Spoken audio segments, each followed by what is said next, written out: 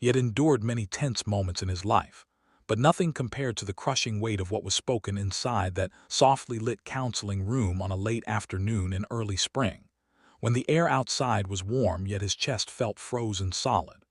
The woman who had once sworn to stand beside him, through everything leaned forward with a look that was no longer angry but disturbingly certain, her voice steady and deliberate as she declared that he represented the greatest regret she had ever carried. The words struck with the force of a hammer, echoing against the walls and inside his mind, so sharp that even the counselor shifted uncomfortably, sensing that something irreparable had just been said. Instead of tears or protest, he felt an odd sense of calm, as though something that had been rotting beneath the surface had finally been exposed to air. He realized he had been holding his breath for years, waiting for permission to stop trying to prove himself to someone who had already decided he was a failure. When he smiled, it was not an act of defiance but a release, the silent acknowledgement that he could no longer carry the burden of being someone else's emotional dumping ground. He told her he agreed, that he was done disappointing her, and in that moment the fragile structure of their long marriage began to collapse, not in chaos, but in a strangely controlled unraveling that had been quietly prepared long before that day. She laughed at first, a sharp sound that carried disbelief and mockery, convinced he would fold like he always had. Yet her expression shifted when he calmly revealed that he had already taken steps she never thought he would have the courage to make. For months he had planned his exit in silence, opening new accounts, moving his belongings piece by piece, documenting the patterns that had once left him doubting his own sanity. Each step had been deliberate, driven not by spite, but by a growing awareness that he had slowly disappeared within the walls of a relationship built on criticism and control. When he showed proof of legal filings and quiet preparations, the certainty in her eyes cracked into something like fear, because the man who had always begged for her approval was no longer asking for anything. The counselor tried to redirect the conversation, but he stood and declared that clarity had finally found him, that he no longer wished to repair something that had eroded his sense of self. As he walked out, he felt lighter, not because he had won, but because he had stopped trying to be worthy of someone who refused to see his value. The drive away from that office was a blur of traffic lights and racing thoughts, yet beneath the noise was a strange peace that came from knowing he had already grieved this relationship long before it officially ended. He had packed his essentials into a few boxes weeks earlier, storing them at a friend's place who had offered quiet support when he finally admitted the truth about his marriage. That friend welcomed him with a knowing look, handing him a drink and listening without judgment as he described the words that had shattered the last remaining illusion. For the first time in years, he spoke freely, without worrying how his story would be twisted or dismissed. His phone vibrated endlessly with messages he refused to read, knowing that every unanswered call was a boundary he had never allowed himself to have before. The apartment he temporarily stayed in was small and imperfect, yet it felt more like home than the house he had shared for years, because it was a space where his thoughts were not constantly corrected, his actions not endlessly scrutinized. He reflected on how carefully he had timed everything, ensuring that the practical details were settled before emotions could derail his resolve. The shared finances had been divided, the lease renegotiated, and conversations with lawyers completed long before the confrontation ever occurred. He knew she would try to portray herself as the victim, but he had learned that narratives only held power when he cared to defend himself. What mattered was that he no longer lived in a state of quiet panic, constantly bracing for the next insult disguised as honesty. Messages from people who had witnessed their dynamic began to trickle in, surprising him with their honesty and support. They had seen what he had tried to ignore, the subtle ways his confidence had been eroded, and their words confirmed what he had only recently accepted: that love without respect is not love at all, but a slow form of emotional starvation. The following days brought waves of confrontation from her family and friends, each one attempting to guilt or persuade him into returning, framing his departure as impulsive rather than necessary. He listened to none of it, recognizing the familiar pattern of shifting blame away from her behavior and onto his reaction to it. Grocery store aisles and parking lots became stages for uncomfortable encounters, yet he remained calm, no longer interested in defending himself to those who had never lived within the reality he endured.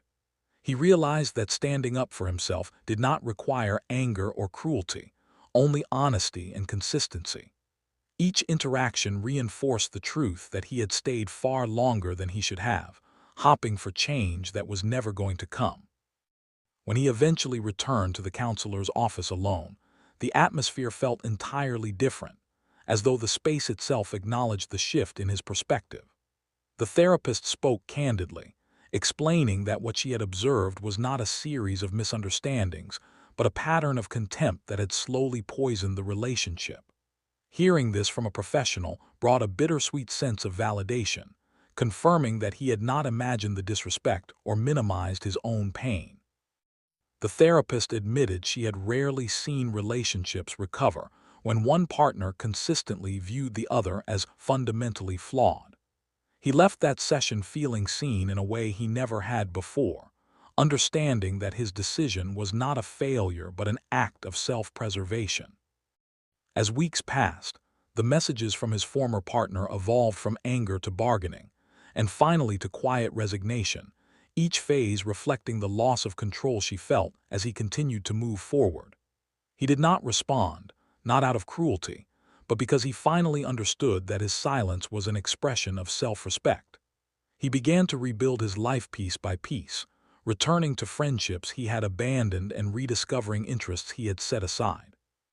Simple routines like cooking, exercising, and reading felt revolutionary because they belonged solely to him. The constant tension that once dominated his days slowly dissolved, replaced by a calm he had forgotten was possible.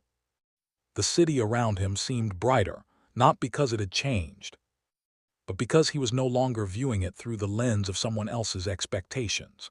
He started to notice how often he smiled, how easily he laughed, and how freely he spoke without fear of being corrected. The absence of criticism created space for curiosity and hope, emotions that had been buried under years of emotional labor.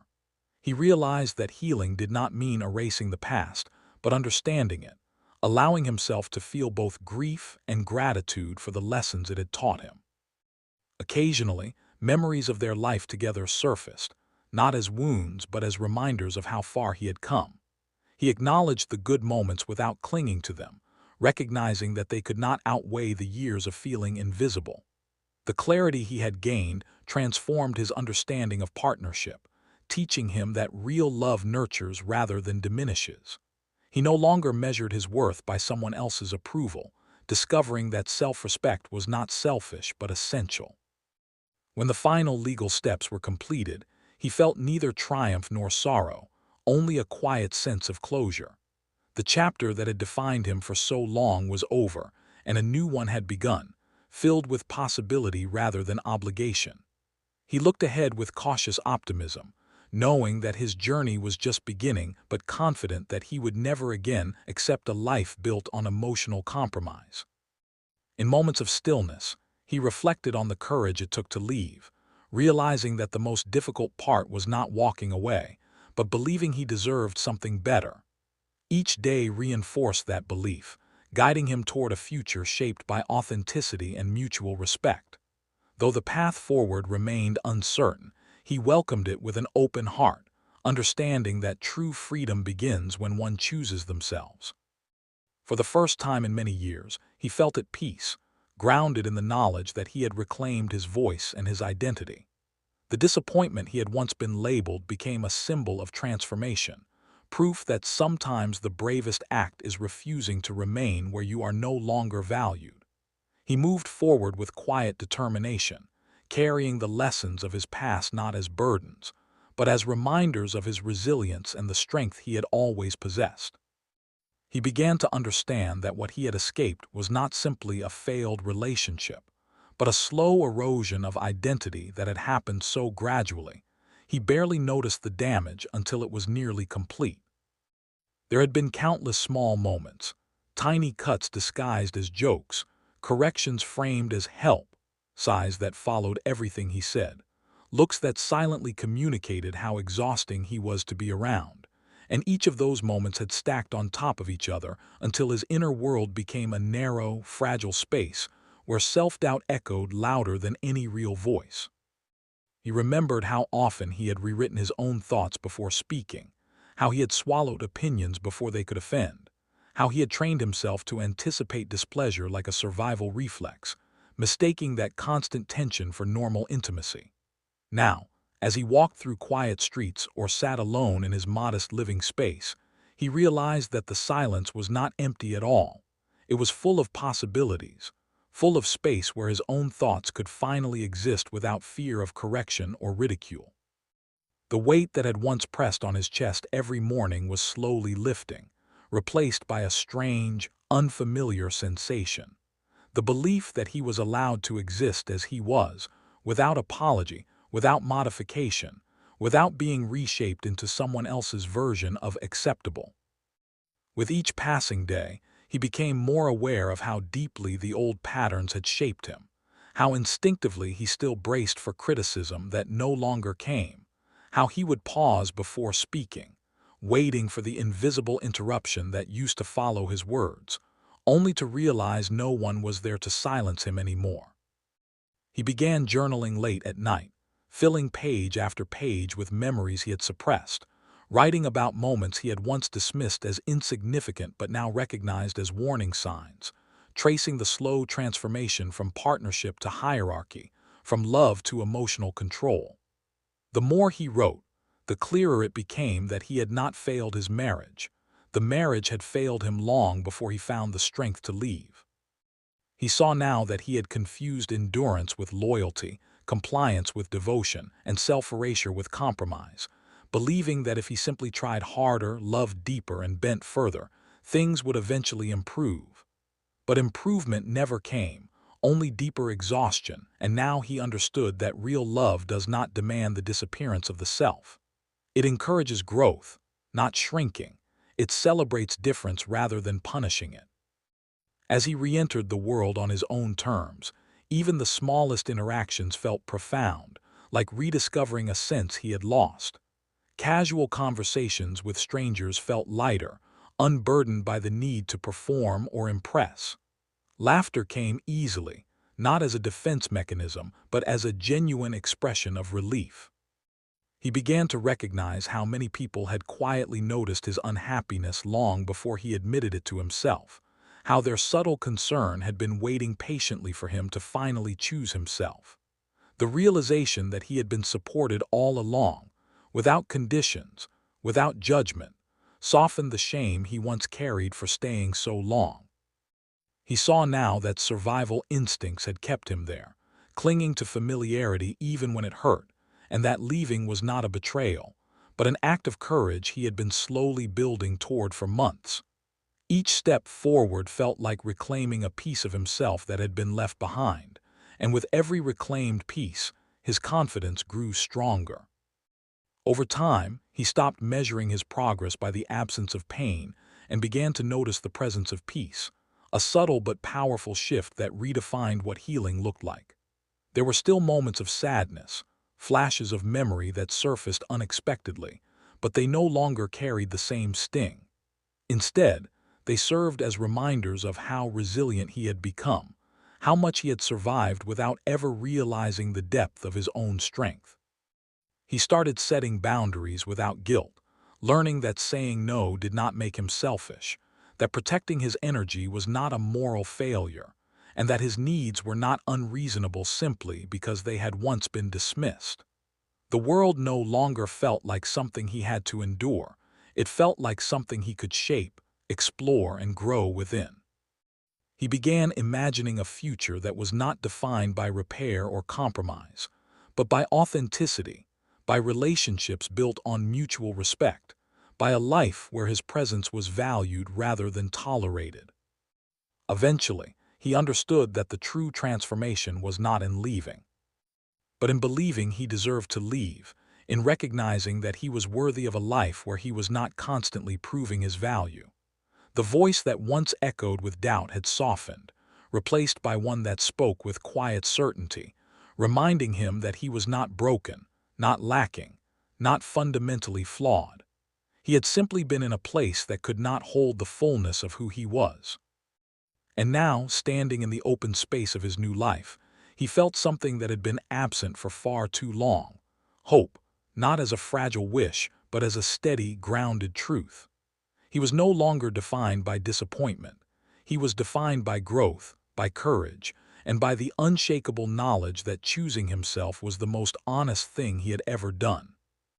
He slowly began to notice how the world responded differently to him now that he was no longer shrinking inside himself, how people met his eyes longer, how conversations flowed more naturally, how his presence carried a quiet steadiness that came from no longer apologizing for existing.